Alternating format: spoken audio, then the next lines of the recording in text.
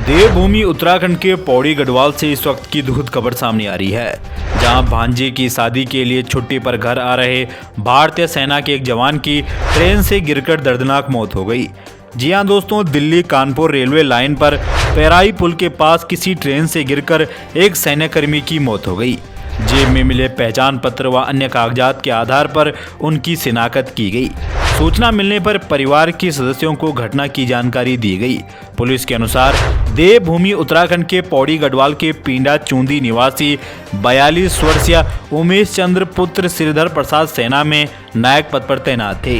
वर्तमान में उनकी तैनाती असम के गुवाहाटी के रानिया में थी। वह 21 नवंबर को भांजे की शादी की छुट्टी लेकर किसी ट्रेन से दिल्ली जा रहे थे। पेराई पुल के पास 6 नवंबर की सुबह उनका शव पड़ा मिला।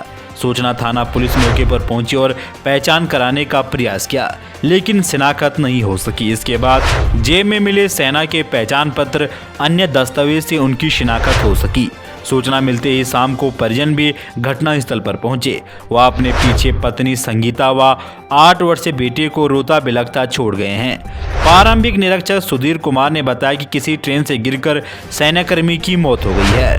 देर शाम पोस्टमार्टम के बाद परिजन शव लेकर देवभूमि उत्तराखंड पहुंचे। जैसे ही वीर बलिदानी का पार्थिव शरीर गांव पहुंचा तो गगनभेदी नारों से पूरा इलाका गूंजमयन हो गया। पूरे सैन्य सम्मान के साथ वीर बलिदानी का उनके पैतृक गांव में दाह संस्कार कर दिया गया।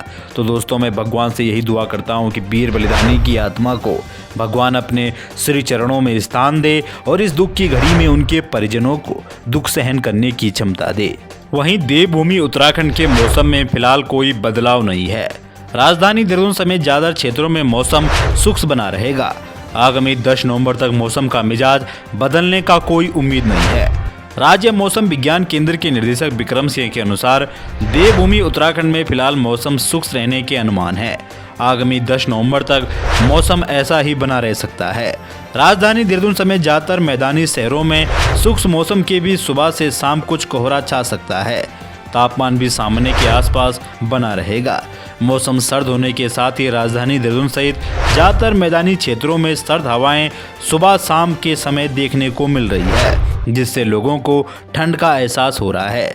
जबकि दोपहर के समय निकल रही धूप के कारण लोगों को गर्मी का एहसास हो रहा है। सोमवार को राजधानी देहरादून में सुबह से बादल छाए रहे, हल्की धूप निकली।